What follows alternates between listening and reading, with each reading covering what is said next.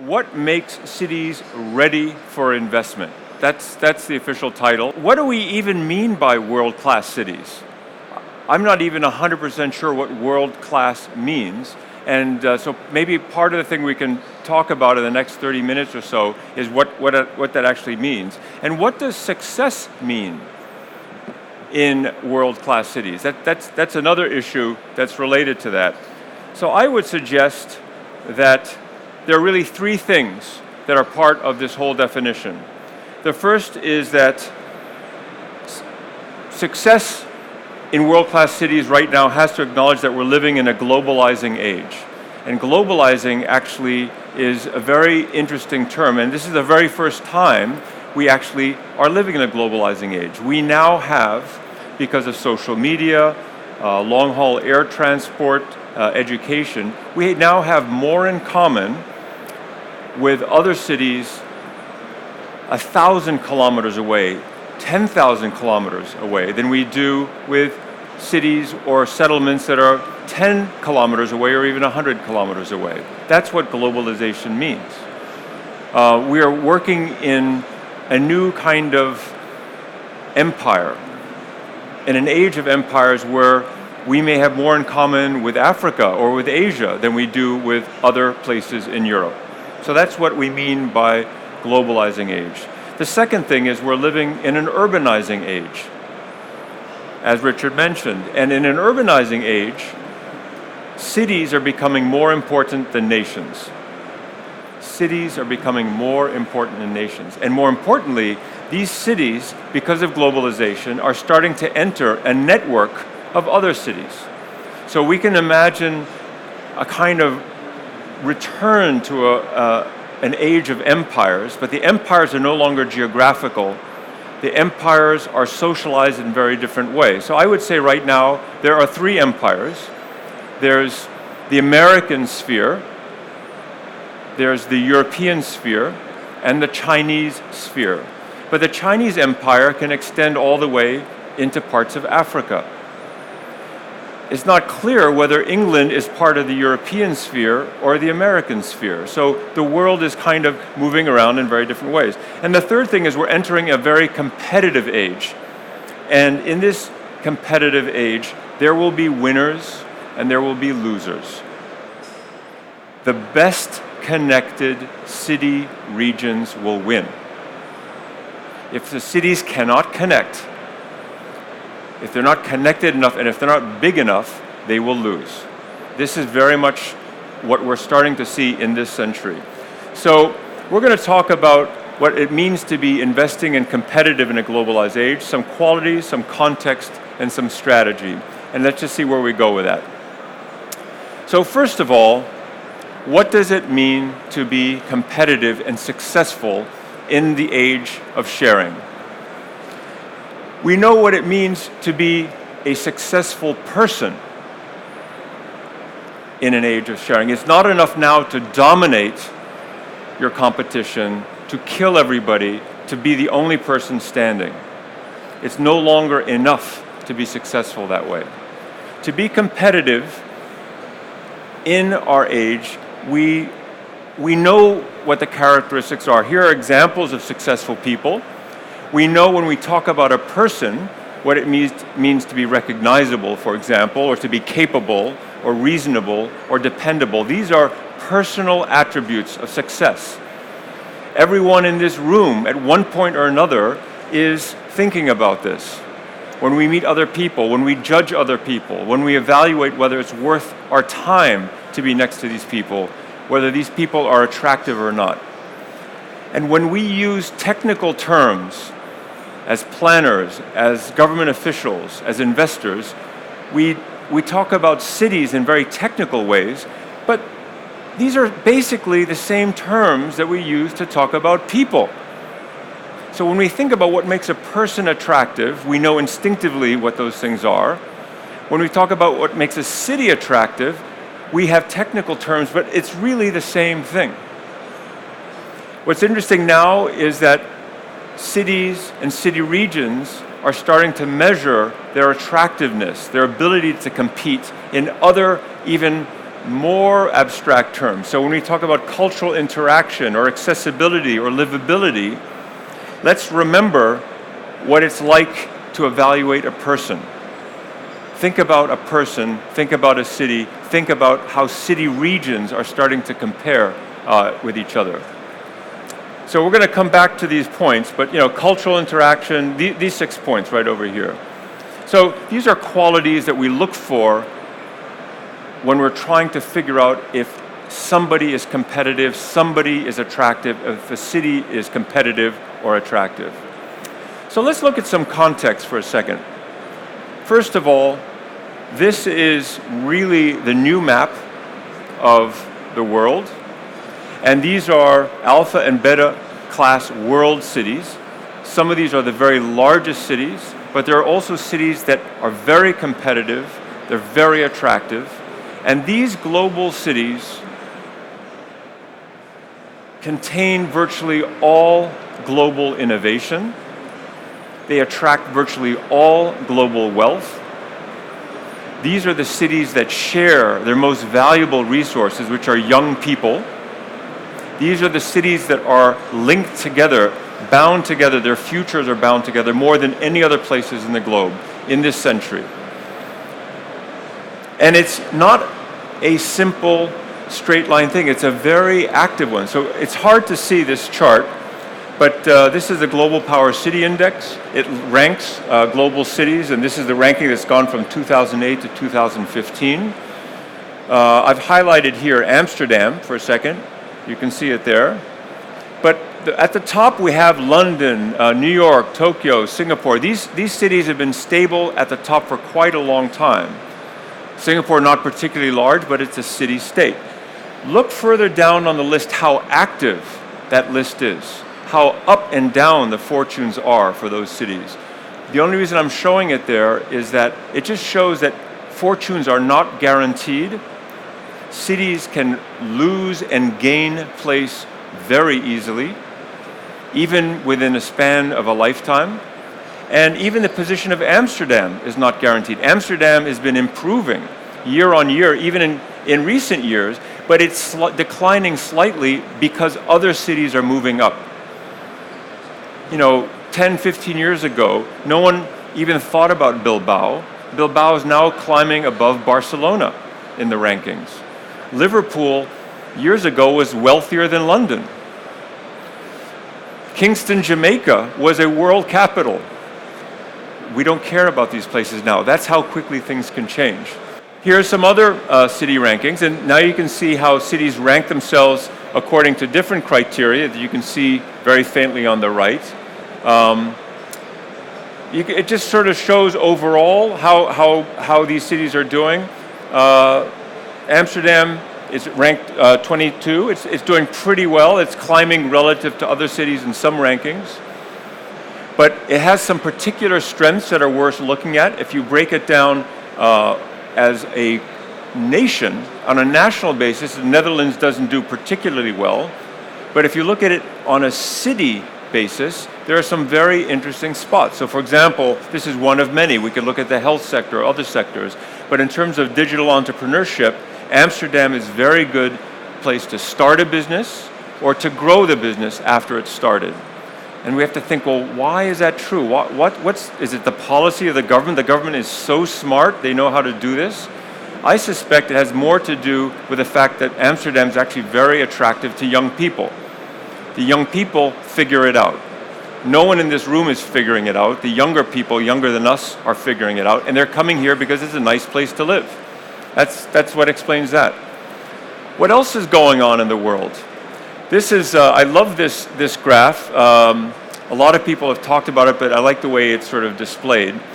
It sort of maps the center of economic gravity in the world, going back to year 1 AD. So it's right around the birth of Christ, around that time, the economic center of gravity was sort of, of course it's an abstract idea, right? It's somewhere over the middle Euphrates Valley.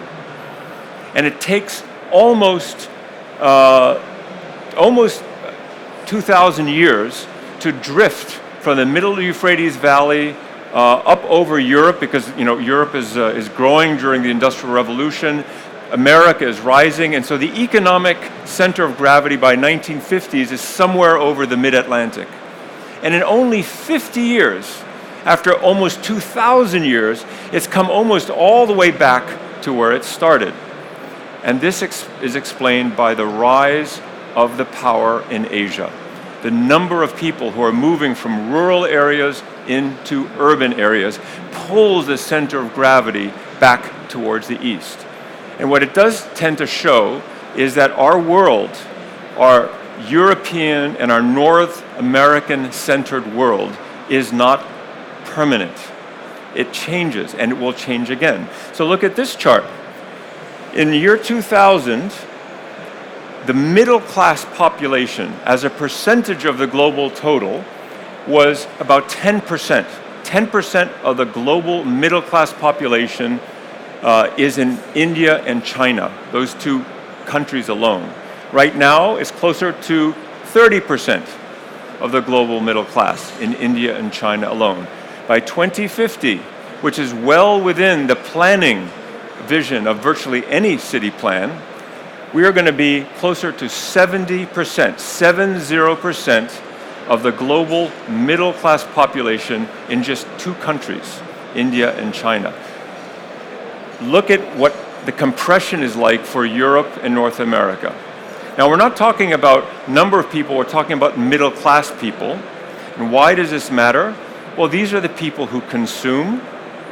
These are the people who move around the world. They trade and exchange in global terms. If a city wants to grow, if a city wants to remain relevant into the future, it has to in some way attract and appeal to the young middle-class population in Asian regions. So it doesn't matter how good we're doing right now. The question is, 10, 20, 30 years from now, are we going to be good? Are we making our cities interesting enough for those people? So if we care about the city, we have to care about those people. So that's a little bit on the context.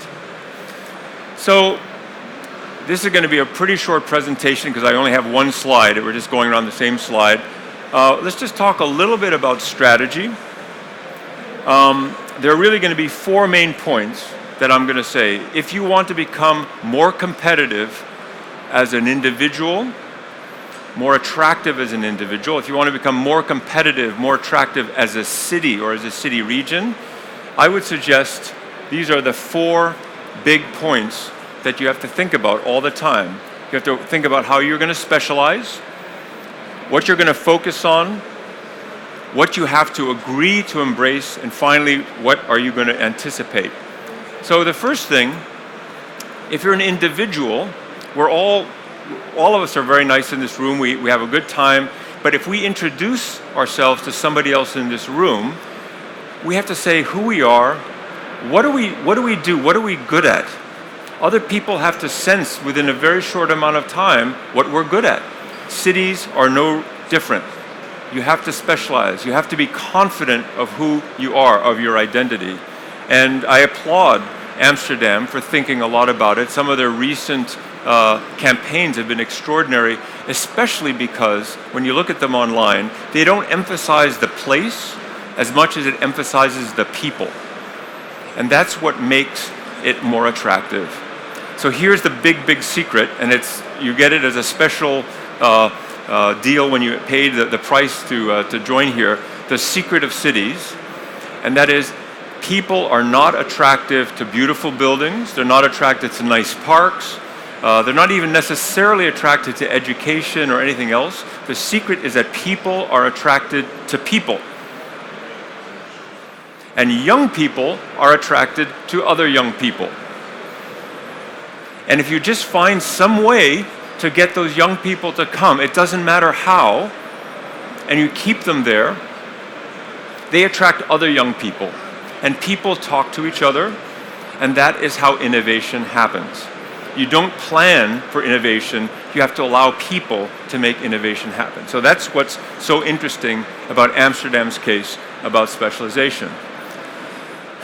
the people who are going to be creating the economic foundations of Amsterdam, other city regions, cities all across the world are this age right now. There's no way you can poll that person and figure out which industry she's going to be working on or he's going to be working on. There's no way. All you can do is anticipate when this person grows up 10 years from now, 15 years from now, what will make this person move to your city? What will make them go from India or China or America or Mexico to your city? And if you can't attract the Indians, the Chinese, the Mexicans to the city, you are not communicating, you're not attracting, you're not innovating, you're not growing, and you can easily go the way of Bahrain or Liverpool or Xi'an, China, cities that were once unimaginably strong and failed or didn't thrive. So focus on the next generation of wealth creators. This is sometimes a difficult one. Cities have to embrace constant urban renewal. You are never good enough. You are never perfect. I'm from New York City. New York City will be a great city when it's finished. And of course, it will never be finished. And that's the point, is that people go there because they want to experience the change. There are beautiful cities in the world, Paris, Venice. These are beautiful cities, but they have stopped innovating. They have embraced no change. We can argue that that is what the decline of China was in the 1900s or late 1800s. They stopped innovating. They closed their borders. They were perfect. They were protectionist. They did not innovate. They did not change. So successful city regions constantly embrace change. They're always improving. They're always having better parks, better housing, better places to live, better transport, constant change. It means disruption. People complain about the airports growing, about the trains moving around. They complain because we always like complaining, but in the end we're attracted to the other people who are there, and we're attracted in particular to the cities that are brave enough to make the changes. We also have to anticipate some changes that are out there, and some of these are fundamental. So I'm going to quickly go through these. We're getting older. It's, for the first time in history, we have 4 generations working in the marketplace at the same time. Until now, it's only been 3. So you have people as young as 20, and you have people as old as in their 70s who are comfortably working in the marketplace. These generations affect each other's values. They change people's ideas about what being successful is. Mass migration, machine learning. This is an important one. Machine learning is ultimately what makes things like driverless cars possible, artificial intelligence, but it's also very disruptive. Machine learning will transform the workplace. Probably 60% of all the jobs that young people think they're going for now will not exist in 15 years. Entire professions will vanish. New ones will be created, but the net effect will be fewer people in employment. How can cities anticipate that kind of change? Inequality.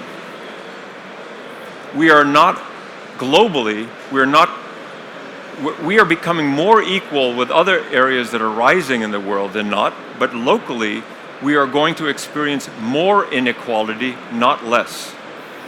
And there's a limit to how much you can regulate that equality. Some of that equality can only be made up by creating more opportunity, providing more places for development, but it's a very, very difficult thing to handle from a regulatory point of view, if nothing else. And we have ideas perhaps where we're starting to position for a post-capitalistic society where really the benefits are regulated through data, and only central organs can control data.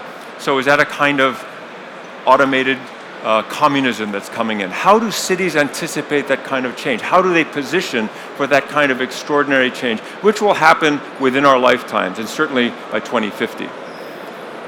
So anyway, this is just a very, very big romp through them.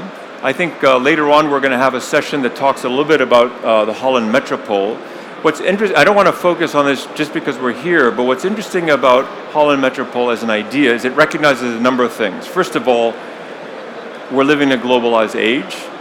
We need to connect, and we need to connect with everything. We need to connect with our internet. We have to connect with our long-haul aviation, with our transport, but more importantly, we have to connect with the DNA of young people. We need to get bigger. And we're not just going to grow one city, we're going to link together a whole group of cities to create a city region that remains globally relevant and can grow in a global sense. So just coming back to here, what does it mean to be competitive in a globalizing, urbanizing age? What does it mean to be successful and attractive as an individual, as a human being in this kind of age? Is it being competitive? Or is it being cooperative? Or is it somewhere in between, like competitive or cooperative and competitive at the same time? So we'll leave you with that, but I'm very, very happy to be in a group of people who think about this, who are attractive in their own lives, who think about attracting other people and realize that the way to move ahead and to be successful in their own lives is to involve the work and the interests of other people, and that's how you advance yourself as an individual, that's how you advance yourself as a city region. Thank you very much.